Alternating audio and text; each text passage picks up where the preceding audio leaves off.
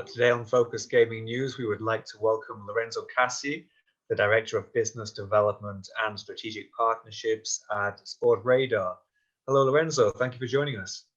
Hi, thank you for the invitation, Joe. And it's always a pleasure to speaking to Focus Gaming. Pleasure to have you here. Would you like to start by telling us a little bit about, obviously, Sportradar is always developing new partnerships, perhaps highlight some of what for you are the most important recent alliances and why you see them as key. Yeah, so looking a little bit to the eastern part of the world, let's say Asia, India, definitely our latest announcement for the cricket league, the agreement that we have done with the BCCI is definitely a great milestone for our company. Being able, how we say, to monitor the IPL cricket league with our intelligence and with our tools and with our know-how is definitely one step ahead as well for the whole cricket, for the whole sport of cricket. Cricket, as we know, is a very big sport when it comes to as well to sports betting as well, correct? But as well in followers and in fan. So it's for us it has been very important this for India specifically to have this partnership. When it comes, I would say, to Asia in general, the partnership that we have with the K-League in soccer in this case is as well is important. Here we're adding as well a marketing and AV and streaming. Okay, that is making, how we say, the agreement and the deal a little bit more interesting.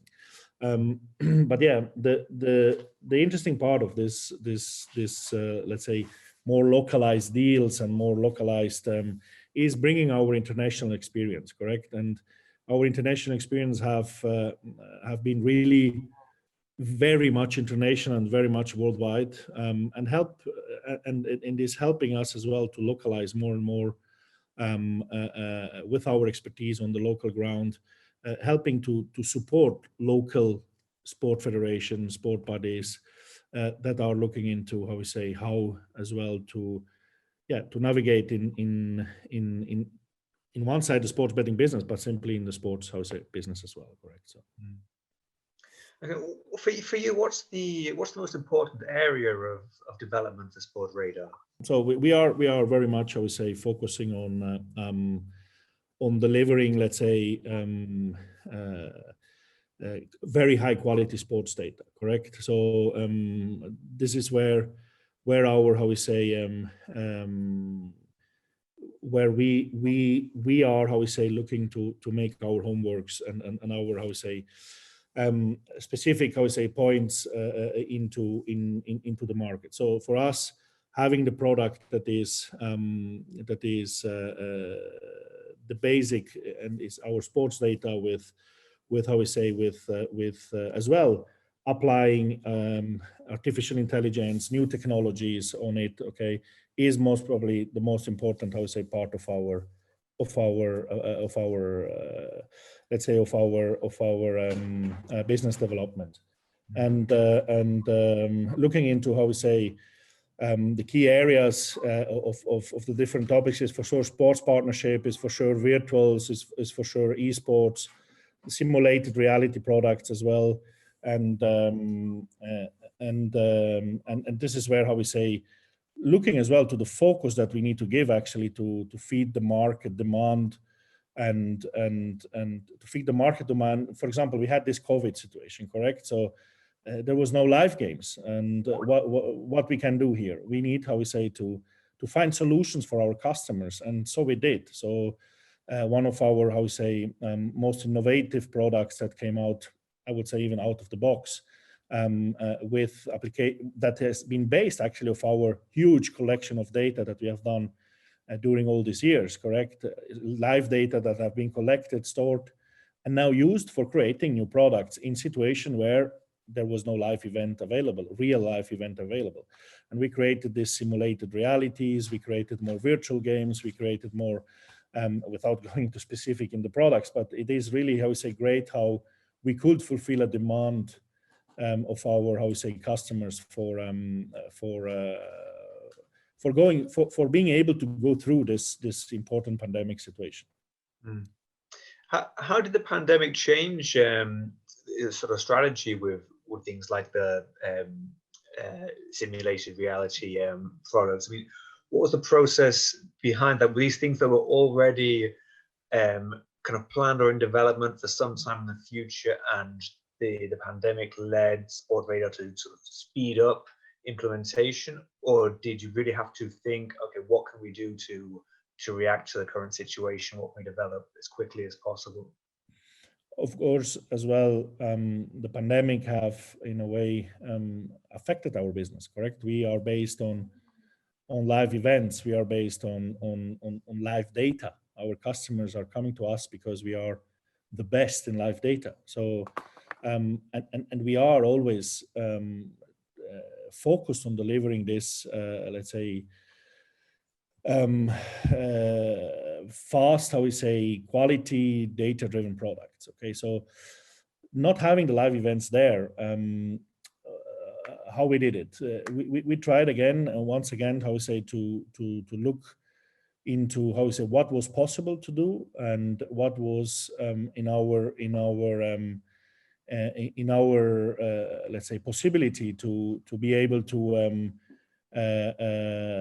deliver certain, again, requests and certain demands that our customer came to us. And now how it changed to do business for us, you need to be very flexible, you need to be very adaptive, you need to be, I would say, in a very, how we say, you need to be very, very adaptive to the situation that you're coming. I mean, we had daily product meetings that were feeding back to sales. Sales was out and trying to stay with the customer, to speak to the customers. Of course, we had a certain, how we say, as well, let's say, the business was affected again, correct? So business is affected, but we tried to come up with that in a very unified way and in a very united way, I would say, and the whole group got close together and were, how we say, able to deliver and to be close. Our main importance is, yes, to deliver definitely the products that we needed to have to the clients, listening to the client, but as well stay close to the client and trying to understand which kind of solution we can provide to them in order to survive this situation that, again, is still very fluid, correct? It's still, we don't know, lockdown yes, lockdown no, sport yes, sport no, what is going to happen? And here we need to adapt, and being adapting is not always easy. Mm. And regardless what happens, with the resumption of live sporting events, do you foresee a continued place for those kind of solutions, simulated reality, as well as esports, virtual sports? Yeah, so we call that now COVID offer, correct? So there are COVID fit products, we call them. Look, it is a question that definitely happened many times in our meetings, because all this comes as well with a cost, correct? It's not that there is no live events happening and now you turn on something else and this is exactly the same as the live events. Absolutely not. It is investment behind, it is people that need to think about behind, it is people that need to deliver. So it is all a process from thinking out of the box the product, and then the whole development delivery process, and that was something very, very, again, very unique. And so the question came a lot of times, but what we will do when live sports come back? Is it a product that we should keep? The answer were always quite straight, or actually the answer will always not so quite straight, because again, we all look to a cost benefit of the product and of the P&L as well. So looking to that, we decided to keep it. Why? Because it has become a kind of complementary offer. So if I have a simulated reality, let's call it from a cricket event, and I simulate that 24-hour before the real event, or 12 hours before the real event, or again, I don't know, 6 hours before the real event, I have a kind of stimulation, correct? And this is a kind of helping to make an opinion for the end users to then, how we say, being able to engage most probably much better with the operator. And yes, there is a lot of work from the operator sides to do, but this is their job. They need to market the products that we are delivering to them. But I think we give them opportunities to engage better with the customers. I mean, this is one example of simulated reality. I can tell you the virtual sports. Virtual sports has been from our side always already in a very good position in our portfolio, correct? People, operators were looking to offer virtual sports.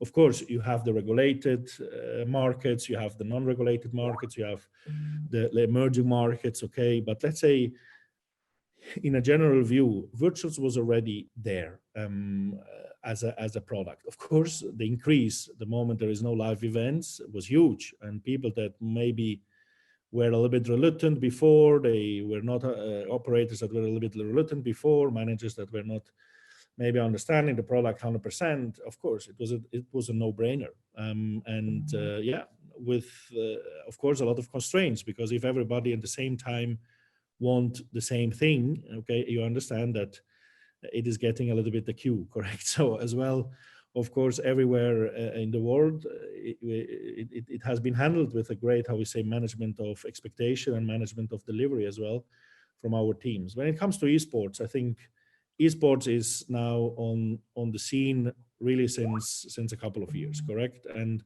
in the betting world, esports have most probably not done the breach as it have done when it comes to gaming, the gaming market itself, correct? So when I say gaming, I mean the video games and the tournaments and all these kind of things. In the betting market, I need to say there are companies that are doing an excellent job, an excellent really work with esports. They have excellent results. Most probably because first movers, more also because they have a user base that they could, how we say, let's say, cross-sell as well the esports part in the best way. I need to say, understanding esports for the betting operator slash most probably the audience of the better of the betting operator is something that most probably still still need to be identified very well, and still is not for the mass bookmaker there. We see that with our as well product delivery and with our products as well, where I feel that we have done again here as well an incredible offer during the pandemic. Other companies for sure as well, and with all this e-football events, with all this worldwide actually, with organizing tournament from Uruguay, Brazil, Chile, if it comes to South America, but looking back to India, to Asia as well. So it has incredibly developed when it comes to the sports side. When it comes to the so I'm speaking about NBA. I'm speaking about the FIFA 2020. Now then the eFootball of Pro Evolution and all this kind of games have definitely had a kind of breach in our betting offer. But when you look then to the real esports game, correct? So the League of Legends, the Fortnites, the CS:GO, you name them. I think there is still not so easy to have, again, most probably the same audience. You need to create niches for that, and a very specific product that most probably need to still to pick up. And not everybody has identified this in the best way yet, because where I find a bet of Boca Juniors against San Lorenzo, or a cricket match, Mumbai against Delhi, and then I find a League of Legends, I'm not so sure if the same guy will place the bet in all the three events, correct? But where you have then sites or sections where some operators have been in the very forefront of that, specific sites for esport audience, specific sites for specific sections of the website for esports audience, that comes a lot with content as well, that comes a lot with information, even much more than the other sports. I think there you can work with a certain audience, and you can monetize that certain audience as well. So that's a little bit let's say, 2 cents to those, let's say, alternative or COVID safe product. We call them like this. Excellent. Just finally, going back to data, we've seen some regulators looking at putting in place restrictions on in-play betting. How do you see the impact on that, on the use of data in sports betting in general, and the place that data has in sports betting? Yeah. So it's of course normal that regulators are concerned of integrity, correct? And the more granular you go with the data, the more attention you need to keep on, the more eyes you need to keep on. I mean, if you look to red cards or corner or the so-called fast markets, live betting in a live betting offer in an event, it is of course much easier to kind of well manipulate those events and those outcomes of the events, correct? And that is definitely on one side a problem. On the other side, most probably as well, the always concern of the gambling care, the responsible gambling, and all these important topics, of course, come at a certain point together, and most probably certain regulators are simply not confident to use to offer or to allow to offer this kind of markets. From our point of view, we of course are delivering those data. We are collecting those data where it's possible to collect it, where you have as well a validation of the data. For us, this is very, very important that we have always opportunities to validate the correctness of the data. Is it from the stadium? Is it in a TV screen? Is it from a radio? So different sources as well is important, beside to be in the stadium and to be allowed to be in the stadium. And that is coming definitely with again, as I said, with high quality processes, with high quality technology usage, and as well, yeah, I really would go back to the processes, because if I look to how we are collecting the data and how we are very careful on who is collecting as well for us the data, and I'm speaking about our match reporters rather than our data journalists that are on the grounds or in front of a TV, and if they are within an office.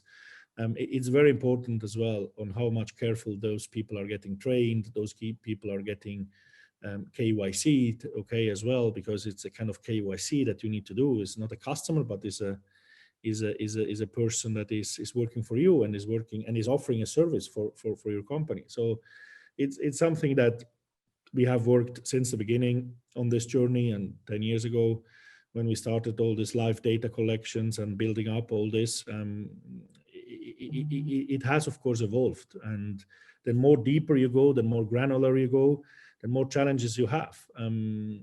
My opinion of the regulators, I can definitely say that the more open a market is, the more attention you need to have for your end users, then more again solution to protect them you need to offer. And most probably not every regulator is prepared to do that. It's maybe a process. So I'm not seeing wrong in limiting it, but also I'm not seeing it a forever solution, because I think there should be an open market. There should be a free market on offering certain data, because it's part of the event. And I think if not, you create again a parallel situation, a parallel market, if you want to call that, where people are going to sites that are may not regulated then in that specific country or from that specific regulators. And I think that is the worst scenario, rather than educating, and permitting me the word, educating the punters to doing it the proper way. And most probably as well here, when it comes to regulators, they need to put the framework in place where they need a kind of certification, correct, of the providers that they're working with within a certain market. Why not? They need to validate as well that part. And And in my point of view, it's always important to know who is acting in a regulated market. Is it an operator? Is it a provider? Is it a data provider? Is it a casino provider? Is it a live casino provider? Whoever. And that's, in my point of view, my suggestion to the operators, to the regulators, apologize, of making a market free, of making a market. When I say free, I mean simply how you say regulated in the best way. Okay, so that's where I'm coming from. Excellent. Well, thank you. Thank you for your time, Lorenzo. Is there anything you'd like to add before we finish, like what you're looking forward to for the next few months? Yeah, definitely. How we say, we all, how we say, have finger crossed that the live events are continuing, how we say, to be there. I think is at a certain point as well important for a social environment to have sports ongoing. And I think as well, sport have learned on how to deal with certain situations nowadays. So I think there has been a maturation as well from the sport federation to sport parties to offer live sport and to be on top of that with the security that you need to be there, with the health security that you need to be there. And that is, of course, for our industry then a positive consequence, because we can offer our entertainment. I always say that sports betting is most probably an important entertainment part of viewing a match. And where we are all looking forward to be there and to make it happen. It was a pity already in 2020 that Copa America, Euro 2020, Cricket World Cup, Olympic Games. Okay, look how many sport events have been postponed, and look how much sport have suffered as a complete environment. And of course, our industry as well, when it comes to that. And I think is simply good to have sport life ongoing, and I hope really that we can keep up with that. Yeah, absolutely. We'll look forward to that too. Well, Lorenzo, thank you for your time, and we will hope to speak to you again soon. Thank you. Bye-bye. Thank you. Bye-bye.